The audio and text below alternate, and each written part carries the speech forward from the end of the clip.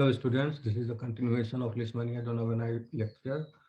So in the Leishmania donovani, you can see there are two forms.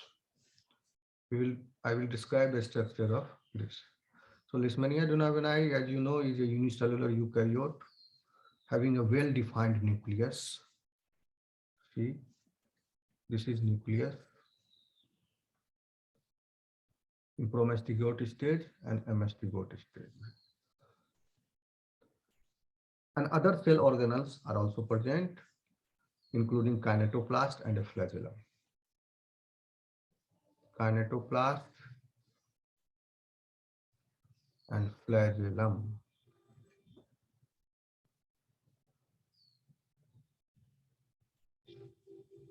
But flagellum is present in elongated and extruded. Flagellum is present in promastigote stage. Flagellum is also here, but it is embedded. Okay.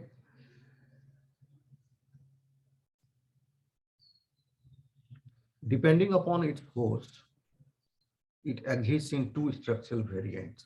One is promastigote stage, another is amastigote stage.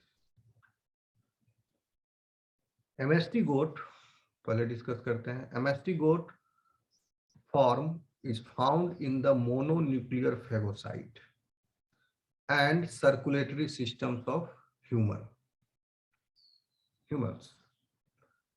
It is an intracellular cell के अंदर and non-motile form, and it is devoid of external flagellum. Internal flagellum is there. The short flagellum here, you can see this is short flagellum. Here is embedded in the anterior end. This is anterior end. Without projecting out. Shape is oval. Okay. And it has kinetoplast and basal body, which lie towards the anterior end. Basal body से flagellum निकलता है. ये basal body है.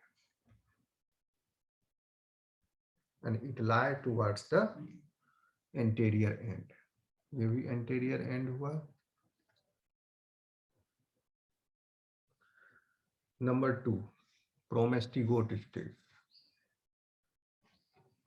This promastigote is found in the alimentary canal of the alimentary tract of the sandfly. This is extracellular and motile form. Okay, this is intracellular amastigote stage and non-motile form, but this one is motile form. As you can see that external flagellum is there and the length of flagellum is almost equal to the size of its length of its body.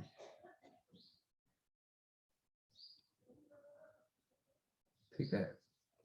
It is considerably larger than amastigote form and highly elongated. It is spindle shaped. That means tapering at both the ends. दोनों end पर ये taper कर गया.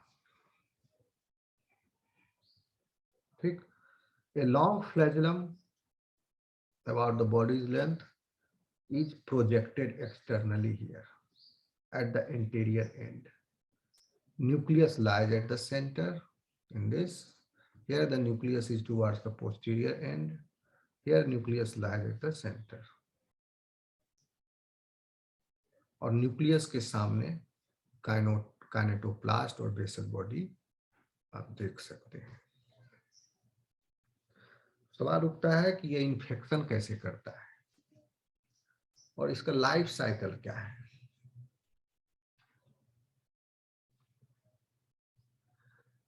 तो leishmania डोनोवेनाई को हम डायजेनेटिक parasite भी कहते हैं। डायजेने बहुत डेंजरस है ये, जेनेटिक पैरासाइट। डायजेनेटिक पैरासाइट का मतलब हुआ passing its life cycle into two different host. Life cycle in two different host, एक ही स्पीसीज के दो होस्ट में नहीं, दो स्पीसीज के में, टू डिफरेंट होस्ट। एक तो सैंड फ्लाई हो गया, दूसरा मैमल। ठीक है, तो mammals particularly humans are definitive host.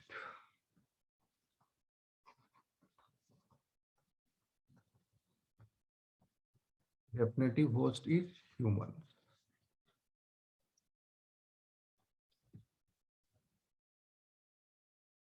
In humans, the metacyclic promestigotes are injected. अभी आएंगे मेटासाइक्लिक पर, आप समझ लो सीधा कि प्रोमेस्टिगोट्स है। पहले सैंड फ्लाई में था, सैंड फ्लाई में फिर आएगा, सैंड फ्लाई के मुंह से यह प्रोमेस्टिगोट्स, जिसको मेटासाइक्लिक प्रोमेस्टिगोट्स कहते हैं। बच्चों कहीं डिफिकल्टी होगा कमेंट में पूछ सकते हैं आप लोग, क्योंकि आप लोग अभी स्कूल लेवल से कॉलेज लेवल पर आए हो सकता है आपको समझने में डिफिकल्टी हो। मुझे नहीं पता कि कौन कितना समझ रहा है, आप पूछ सकते हैं सवाल, यू आर ऑलवेज वेलकम। ठीक है, तो in humans metacyclic promastigotes are injected by sand fly. Sand fly ने काटा और मेटासाइक्लिक प्रोमेस्टिगोट्स ह्यूमंस में ब्लड में एंटर कर गया थ्रू स्किन। कहाँ काटा? स्किन में काटा। उस क्यों काटा सैंड फ्लाई? क्योंकि इसका मील ब्लड है। ओनली फीमेल सैंड फ्लाई, सिर्फ फीमेल सी। ठीक है, तो सैंड फ्लाई लिखने के बाद फीमेल सैंड फ्लाई लिखोगे, जो कि इनडेफिनिट होस्ट है। इस पर हम बाद में आएंगे, ये ब्लू वाला पोर्शन पर। अब ये जो ग्रीन वाला पोर्शन है इसको देखेंगे। When sandfly bites using its proboscis, it ejects the parasite that are stored inside the hollow tube of its proboscis. ठीक है, यहां देखिए, ट्रांसफर ड्यूरिंग फीडिंग। ये फीड किया सैंड फ्लाई, इसके फीड ब्लड मील के लिए काटा स्किन पर। इस फीडिंग के दौरान, सैंड फ्लाई की फीडिंग के दौरान मेटासाइक्लिक प्रोमेस्टिगोट्स ब्लड में एंटर कर गया। ठीक, आ रहा समझ में स्टूडेंट? सम प्रोमेस्टिगोट्स,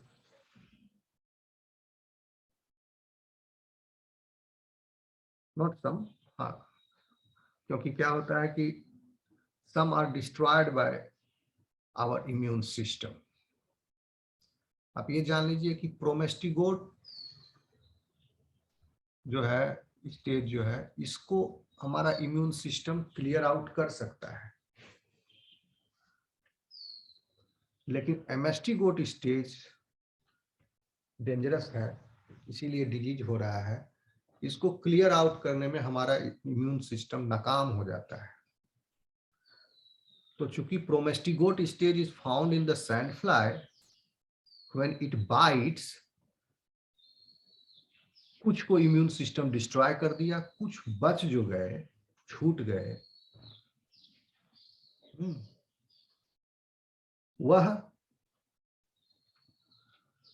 फेगोसाइटोसिस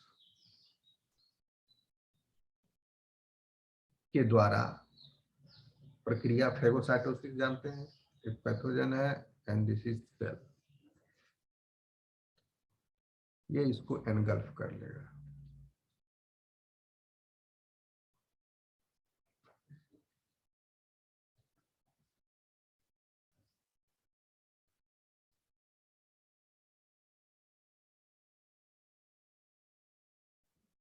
फेगोसाइटोज कर लिया। तो फेगोसाइटोसिस के द्वारा मोनोन्यूक्लियर फेगोसाइटोसिस कर रहे हैं। ये मोनोन्यूक्लियर फेगोसाइट्स हैं लीवर में, स्प्लीन में और बोन मैरो में।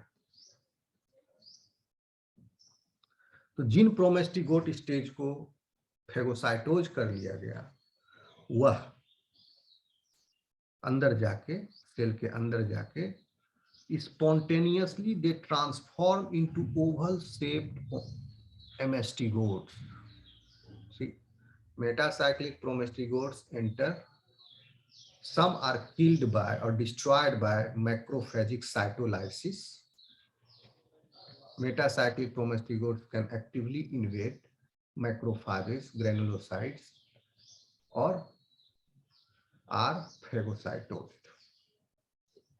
तो ये जो अभी हम बता रहे हैं मैक्रोफाजिक साइटोलाइसिस इसमें नहीं दिखाया, तो कुछ को मार दिया जाता है, कंप्लीटली मर गया। लेकिन मारने के उद्देश्य से एक और प्रक्रिया जो है फेगोसाइटोसिस, उस प्रक्रिया के द्वारा कुछ ये लीवर, स्प्लीन और बोन मैरो में पहुंचने के बाद वहां पर जब फेगोसाइटोसिस होगा उन फेगोसाइट्स के द्वारा, और उस सेल के अंदर दे गो स्पॉन्टेनियस, खुद ब खुद अपने आप ट्रांसफॉर्मेशन हो जाता है ये स्पिंडल शेप से ओवल शेप एमेस्टिगोट के फॉर्म में। तो promastigotes transform into amastigotes and multiply by simple division in phagocytes of liver, spleen and bone marrow. Okay, students? Then they multiply.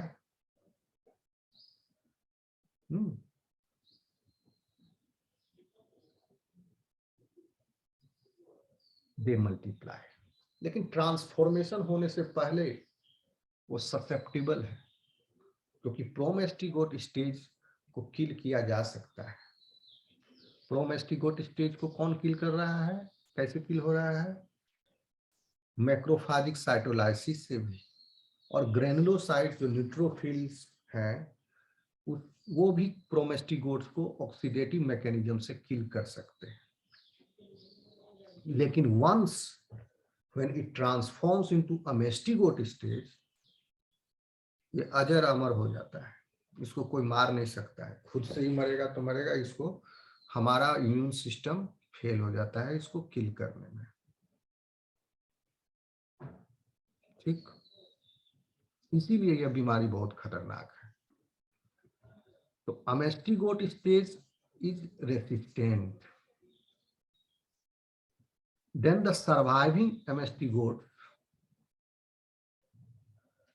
undergo cell division using simple binary fission.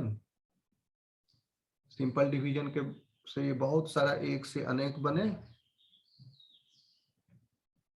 and this multiplication continues until the host cell can no longer hold and ruptures. तब तक ये चलते रहेगा जब तक पूरी तरह से वह सेल भर न जाए अमेस्टिगोट फॉर्म से अंदर ही अंदर, और उसके बाद वह रप्चर कर जाएगा। See here, the cell is rupturing. इतना ज्यादा उसके अंदर लेड हो गया कि अब वो it can no longer hold, but binary fusion तो कंटिन्यूड है, तो ये फट गया, फट के निकला कौन, एमेस्टिगोट फॉर्म। और जब फट रहा है उस समय 50 से 200 के लगभग एमेस्टिगोट्स एक सेल से निकलेंगे। कौन से सेल से? फेगोसाइट्स से, जो कि लीवर, स्प्लीन और बोन मैरो के सेल्स हैं। तो कितना नुकसान पहुंचाया, ये फाड़ दिया सेल को, वहां के मैक्रोफाजेस को, फेगोसाइट्स को, जो कि बहुत जरूरी है लीवर हमारे इम्यून सिस्टम के लिए, and those bone marrow, spleen में वो फेगोसाइट्स हैं। उस सेल होस्ट सेल का डिस्ट्रक्शन हो गया। ठीक, अब after that they are released in the tissue cavities in organ के टिश्यू कैविटीज में रिलीज हुए, और रिलीज होने के बाद वह अब अवेलेबल है। Each individual amastigote is then capable of invading, फिर देखिए एमएसटी-गोट इन्फेक्ट न्यू मैक्रोफाजेज, अब वह अवेलेबल है नए मैक्रोफाज को इन्फेक्ट करने के लिए। 1 से 50 से 200 हो गया, अब वो 50 से 200 फिर 50-200 सेल को कितना ज्यादा मल्टीप्लाई कर गया, सेल को इन्वेड करने के लिए। अब फिर वो 200 सेल को इन्वेड करेगा, 200 सेल से फिर रैपिडली बाइनरी फ्यूजन होकर के 200 का फिर 200 गुना 200 यानी हो गया आपका 40,000 हो गया, निकलेगा फट के। फिर 40,000 सेल को इन्फेक्ट कर सकता है, और हर सेल में फिर 40,000 सेल में फिर 200 गुना कर दीजिए, अगली बार फटेगा तो 40,000 गुना 200 एमएसटी-गोट फॉर्म निकलेंगे। तो यह रैपिडली प्रोग्रेस कर जाता है इस तरीके से। बहुत ही चैलेंजिंग रिसर्च है इस पर, क्योंकि ये चैलेंज क्या है, amastigote stage is resistant, not only it is resistant towards our immune system, it is resistant for the drug also. कोई दवाई अच्छा से काम नहीं करता है इसको किल करने के लिए, और जो कुछ नॉन मेडिकेशंस हैं वो जो काम भी करते हैं वह उसके अदर मैनिफेस्टेशंस हैं। किडनी डैमेज होता है और भी कई तरह के नुकसान हैं, आगे हम बताएंगे आपको, इसके ट्रीटमेंट के बारे में बताएंगे, उस समय बताएंगे। तो amastigote infect new macrophages, then now they are available for after rupturing. फिर वो उसको इन्फेक्ट किया, फिर उसके अंदर बहुत सारे सेल बने, फिर रप्चर करेगा, फिर तो ये साइकिल चलते रहा। ये जो चल रहा है प्रक्रिया, इसी में बीमारी हो गई, क्लिनिकल इलनेस।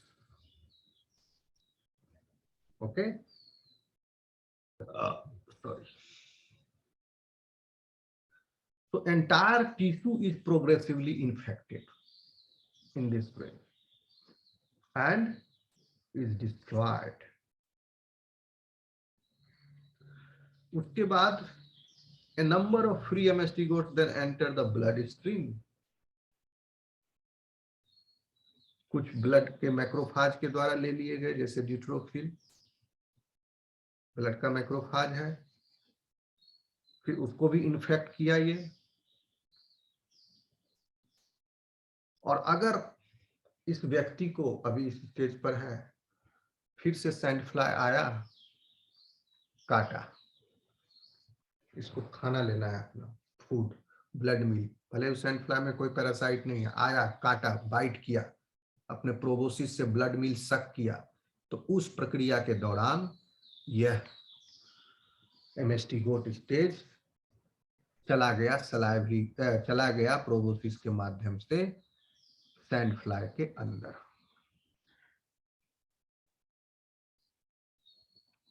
तो ब्लड फीडिंग सैंड फ्लाई जो है उसके अंदर चला गया।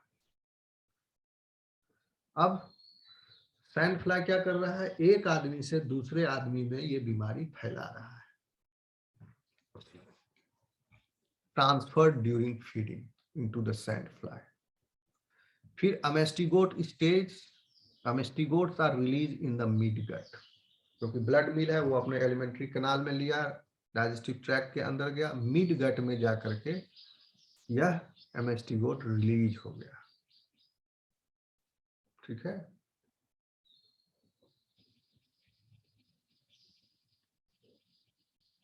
आ रहा समझ में स्टूडेंट्स?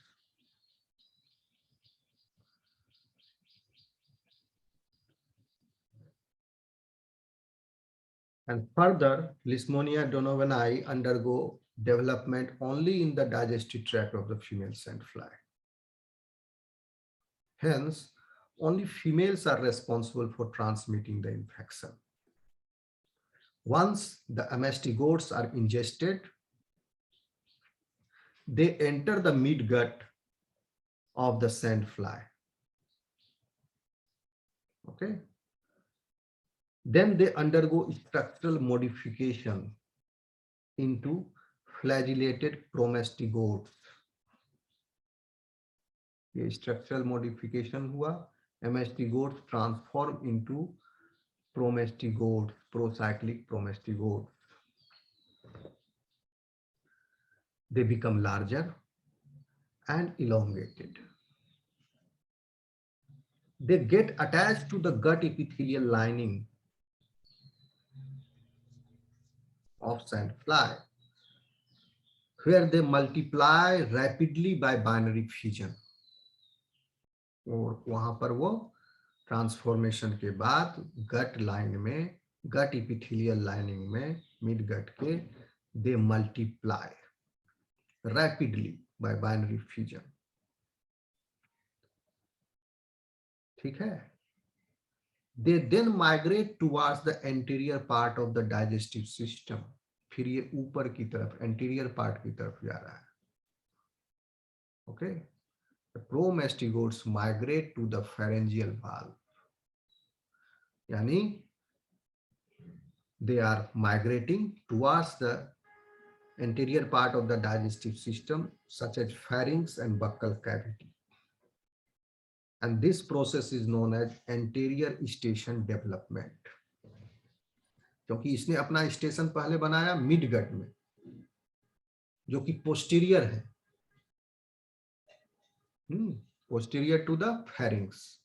लेकिन फिर ये उल्टा गया. जैसे उल्टी होता है तो हमारा भोजन कैसे आता है, पेट से, मुंह से बाहर निकल गया. तो ये उल्टा जा रहा है, इसीलिए एंटीरियर स्टेशन डेवलपमेंट करते हैं. ठीक. And this is unique in leishmania. फिर क्या करेगा, वो फेरिंग्स को हैवीली इन्फेक्ट कर देगा. और यह प्रक्रिया होती है, फेरिंग्स में पहुंचता है 6 से 9 दिन के बाद. ये फेरेंजियल वाल्व में 9 डेज के बाद पहुंचा. कब 9 डेज? ये ब्लड मिल लेने के 9 दिन तक ये मिड गट में रहा. फिर एंटीरियर स्टेशन डेवलपमेंट हुआ इसका. ठीक है. माइग्रेट किया टुवर्ड्स फेरिंग्स.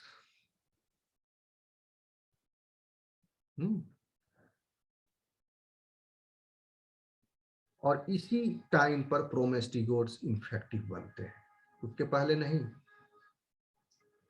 यानी जब ये काटेगा, अगर ये इस 9 दिन के दौरान ये किसी ह्यूमंस को काटेगा तो उसमें यह पैरासाइट प्रवेश नहीं करेगा.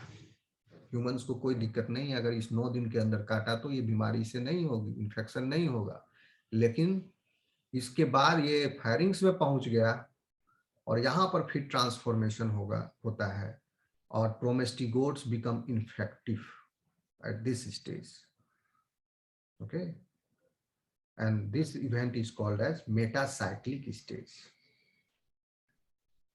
That's why it is called as metacyclic promastigotes.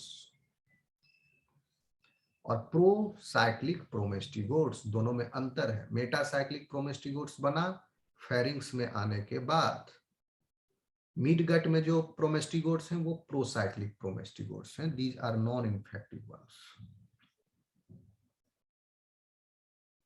The metacyclic promastigotes then enter the proboscis, holoproboscis, where they complete and accumulate, where they accumulate and completely block the food passage. Food passage को completely block कर देता है sandfly के, और accumulate हो गया. ठीक. तो कंप्लीटली फूड पैसेज को ब्लॉक कर देने की वजह से सैंडफ्लाई को अब भूख लगेगा, वो जाएगा काटेगा किसी ह्यूमन को. जब ह्यूमन को काटा तो उस प्रक्रिया में वो अपना ब्लॉकेज साफ किया, थूका और उसको बाहर किया, और वह मेटासाइक्लिक प्रोमेस्टिगोट्स, मतलब ये थूका मतलब जनरल हम आपको समझाने के लिए बोल रहे हैं, कोई थूक नहीं है इसमें. इसने जब काटा तो अंदर से इसने अपने ब्लॉक को क्लियर किया पहले, अपना प्रोबोसिस को, हॉलो प्रोबोसिस को घुसा करके, तो उसमें क्या हुआ, उस प्रक्रिया में ये मेटासाइक्लिक प्रोमेस्टिगोट्स ब्लड स्ट्रीम में घुस गया और उसके बाद उसने ब्लड को सक किया, क्योंकि वो जाम है तो वो ब्लड सक कैसे होगा, पहले उसको क्लियर किया, ब्लड स्ट्रीम में भेज के काटा भी, घुसा भी दिया प्रोबोसिस, और क्लियर करके ब्लड मिल को सक कर लिया।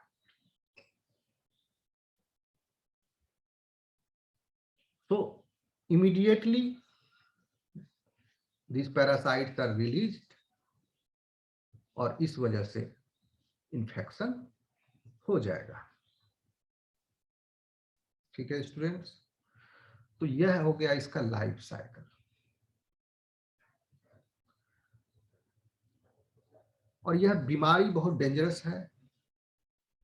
इसका नाम जो डेंजरस फॉर्म है, कालाजार विसरल लिशमेनियासिस।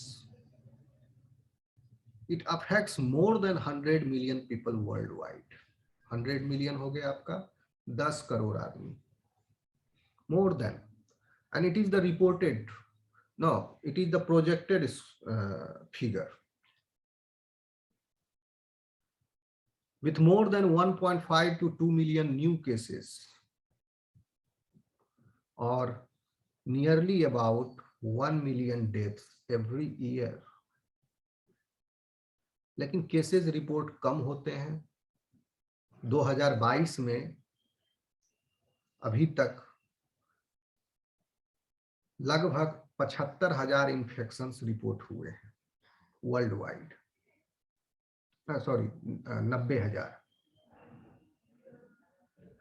और WHO कहता है कि सिर्फ 25% केस ही रिपोर्ट होते हैं, क्योंकि ये सब अफ्रीका में, सूडान में सबसे ज्यादा ये भयंकर है।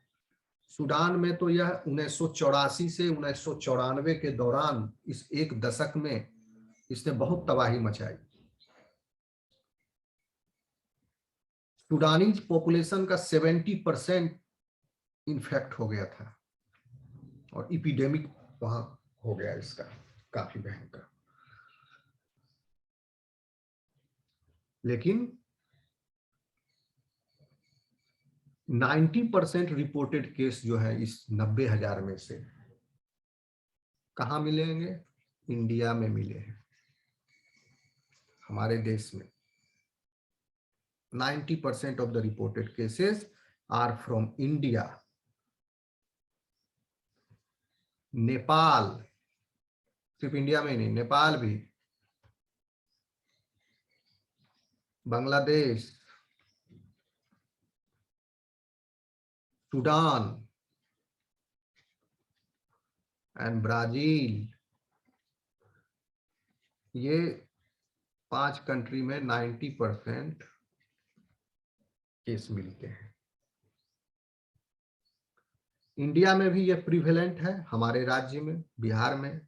It is prevalent in eastern regions, जैसे कि बिहार, वेस्ट बंगाल, उत्तर प्रदेश, आसाम, सिक्किम के फुट हिल्स में, यहाँ ये प्रिवेलेंट है। और यह रेस्पॉन्सिबल है 10,000 मौतों के लिए, जो रिपोर्टेड मौतें हैं इसकी वजह से। ठीक,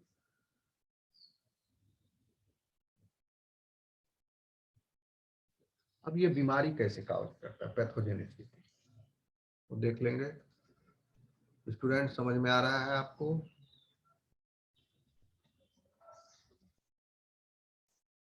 नहीं आएगा कमेंट में पूछोगे सवाल, कोई सवाल नहीं करता है तुम लोग। पैथोजेनिसिटी इसका क्या है? तो लिस्मेनिया डोनावेनाई एक काउजेटिव एजेंट है विसरल लिस्मेनियासिस का, और ट्रेडिशनली इसको कालाजार कहते हैं, यानी black fever, particularly in India, because of its characteristic symptoms. Black fever है, बॉडी ब्लैक हो जाता है, पिगमेंटेशन हो जाएगा बॉडी में, और साथ ही साथ फीवर भी है। तो ब्लैक, काला रंग और फीवर के साथ, इसीलिए नाम पड़ा इसका kala-azar. This disease is highly lethal if not treated properly. India के अलावा इंडिया में ये क्यों डेंजरस होता है? क्योंकि इसका इंक्यूबेशन पीरियड बहुत छोटा होता है, 10 दिन का। यहाँ पर जो लिस्मेनिया डोनावानाई का स्ट्रेन है, इसका इंक्यूबेशन पीरियड सिर्फ 10 दिन का है, 10 डेज। लेकिन अन्य जगहों पर इसका इंक्यूबेशन पीरियड 3 से 6 महीना का है। इसीलिए यहाँ पर ये डेंजरस हो जाता है। Quickly it progresses and gives clinical signs and symptoms, and that becomes severe later on if the person is not properly treated. Target cell mononuclear phagocyte system है और इन्फेक्ट तो करता है बोन मैरो को, लेकिन मेन टिश्यू इसका है favourite location spleen and liver. Clinical symptoms है इसके पायरेक्सिया,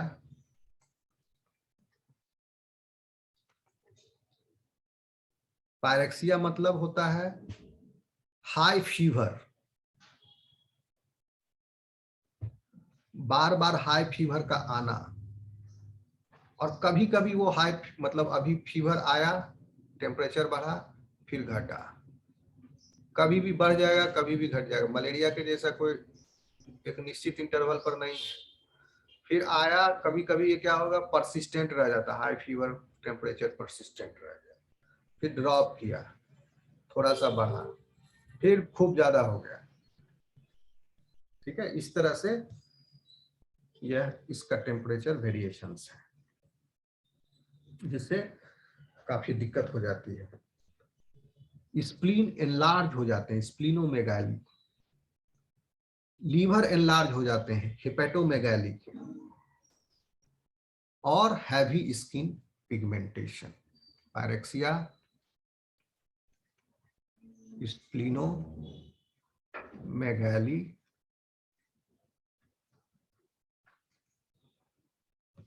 हेपेटोमेगाली,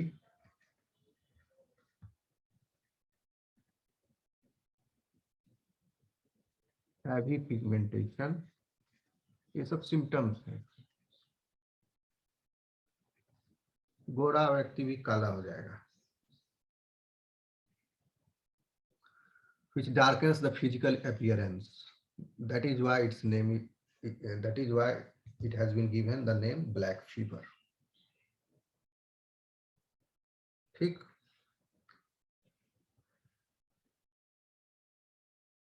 स्किन भी खुरदरा और हार्ड हो जाता है, skin becomes coarse and hard.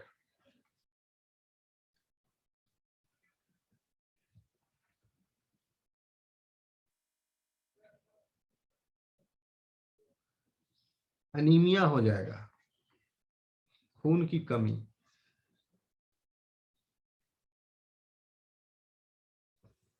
Okay.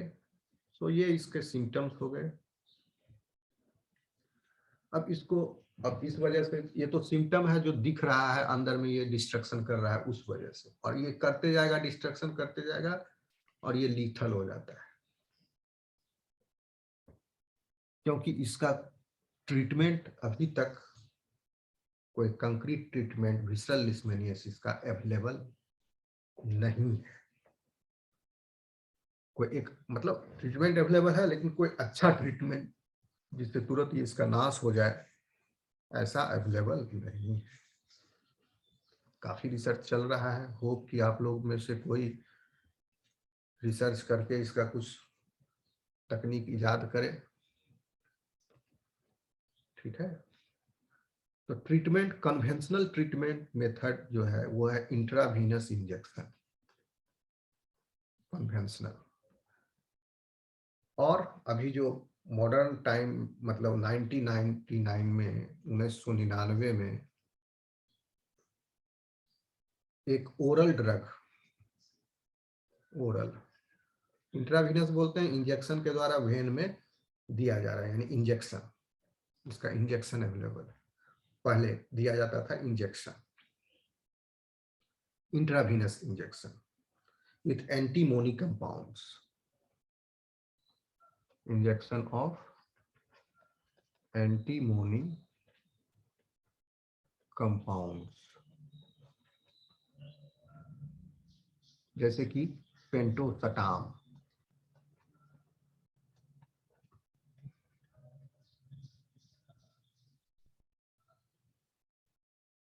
लेकिन ये कीमोथेरेपेटिक जो है पेंटोसटाम, अनफॉर्चुनेटली इज वेरी पॉइजनस। इतना पॉइजनस है कि 15% पेशेंट इस पेंटोसटाम की वजह से ही डेथ हो जाता है इनका। That is why it is not advisable to give. लेकिन क्या करेंगे, क्लिनिशियन को अपने विवेक पर निर्णय लेना पड़ता है। थैंक गॉड 1999 में एक ओरल पिल आ गया एंटी, और वो ओरल जो है एक्सीडेंटली डिस्कवर हुआ। ओरल एक एंटी कैंसर ड्रग है, इसका प्राइस हाई है। एंटी कैंसर ड्रग, ये पाया गया कि यह एंटी कैंसर ड्रग, इसका नाम है मीटेफोसाइन। इतना नाम याद रखना जरूरी नहीं है, सिर्फ जान लो एंटी कैंसर ड्रग है मीटेफोसाइन। यह यूज किया जा रहा है, किया गया। एक्सीडेंटली देखा गया कि ये किसी कैंसर पेशेंट को ये हो गया था विसरल लिस्मेनियासिस, और वो मीटेफोसाइन जब दिया गया उसे एंटी कैंसरस ड्रग, तो विसरल लिस्मेनियासिस भी क्योर हो गया उसका। ठीक है, और इसका क्योर रेट है 95%। अब देखिए, पहले इस पर आते हैं, ये खत्म करते हैं। पुरानी पद्धति जो थी पेंटोसटाम वाली, 15% पेशेंट इस दवाई से ही मर जाता था, इतना पॉइजनस है ये कि। और साथ ही साथ इस चीज को और कॉम्प्लेक्स बनाने के लिए कॉम्प्लेक्स हो गया कि ड्रग रेसिस्टेंट स्ट्रेन जो है इवॉल्व हो गए। एमेस्टिगोट became drug resistant, became resistant towards this पेंटोसटाम। तो पेंटोसटाम देने का अब कोई फायदा नहीं है। और इंडिया में लगभग आधी जनसंख्या इस पेंटोसटाम की आधी जनसंख्या नहीं, 40% पेशेंट, और उन 40% पेशेंट में जो एमेस्टिगोट स्टेज है वह इस पेंटोसटाम से उसका कुछ नहीं बिगड़ेगा, वो रेसिस्टेंट हो गया है। तो क्यों यूज करेंगे पेंटोसटाम? नहीं यूज करेंगे। 40% पेशेंट में एमेस्टिगोट स्टेज रेसिस्टेंट हो गया, प्लस उसका डिसएडवांटेज क्या है, 15% पेशेंट मर भी जाएगा। तो इसको नहीं, ये एकदम एक्सट्रीम केस में ये अवेलेबल नहीं है, अगर देना बहुत जरूरी, नहीं तो पेशेंट मर जाएगा तब जाके चांस लिया जा सकता है इसको देने का, पेंटोसटाम देने का, कि देखते हैं ट्राई करके। अगर रेसिस्टेंट, क्योंकि पता तो है नहीं कि रेसिस्टेंट फॉर्म है अंदर में स्ट्रेन की ससेप्टिबल फॉर्म है, वो तो पेंटोसटाम देने के बाद ही पता चलेगा। पेंटोसटाम देंगे कोई इफेक्ट नहीं हो रहा है उस पर, उल्टा सिर्फ साइड इफेक्ट हो रहा है जिसकी वजह से ये हो सकता है, तो माना जाएगा कि वह ड्रग रेसिस्टेंट फॉर्म है। ठीक है,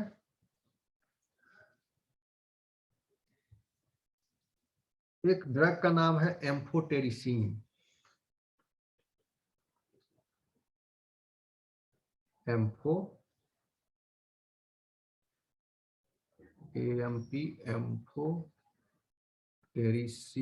इसका बी फॉर्म, एम्फोटेरिसिन बी। यह भी एंटीमाइक्रोबियल ड्रग है। This also can be use,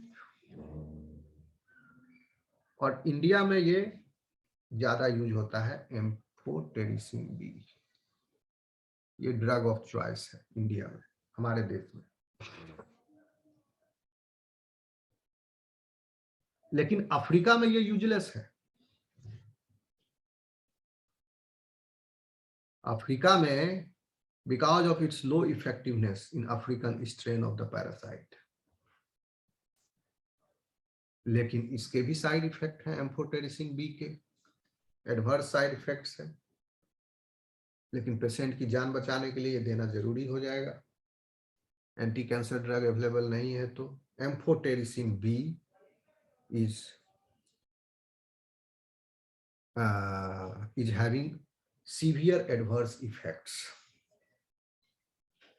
जैसे कि नौसिया, वॉमिटिंग, फीवर, इस ड्रग की वजह से। एक तो फीवर हो गया पैरासाइट की वजह से, इस ड्रग की वजह से भी फीवर हो जाएगा, तो इसका साइड इफेक्ट फीवर है। तो इस फीवर हो जाएगा तो fever plus fever is equal to fever square हो जाता है, 2 फीवर नहीं, fever square.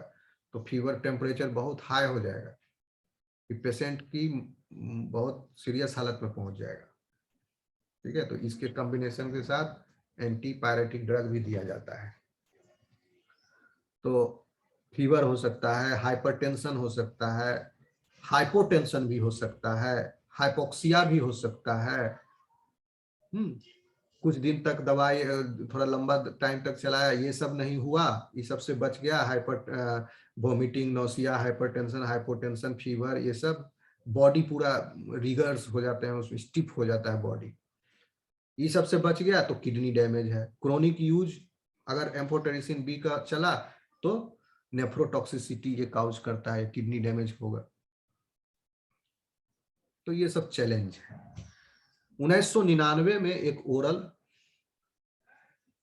Drug, anti cancer drug miltefosine was demonstrated to be highly effective and it has 95% cure rate among Indian patients. And this was the first time an oral drug is effective for visceral leishmaniasis. इसका clinical trial चला और उसमें पाया गया कि यह anti cancer drug जो है रिलेटिवली हार्मलेस है, इसका साइड इफेक्ट एकदम नहीं के बराबर है। ज्यादा से ज्यादा वॉमिटिंग और डायरिया ही होता है इसका साइड इफेक्ट, और कुछ नहीं है।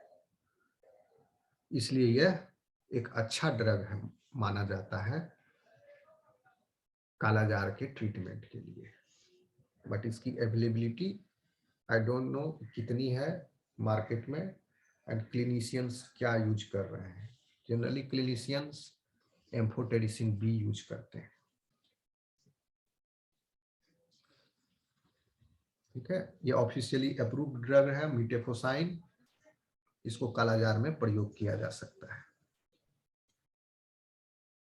ठीक है, 100 mg पर डे इसको दिया जा सकता है 4 हफ्तों तक,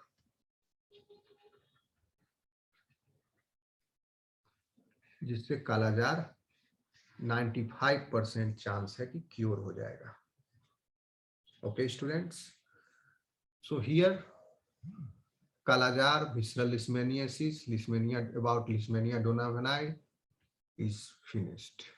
In the next class, we will see the next unicellular organism, Euglena. Thank you.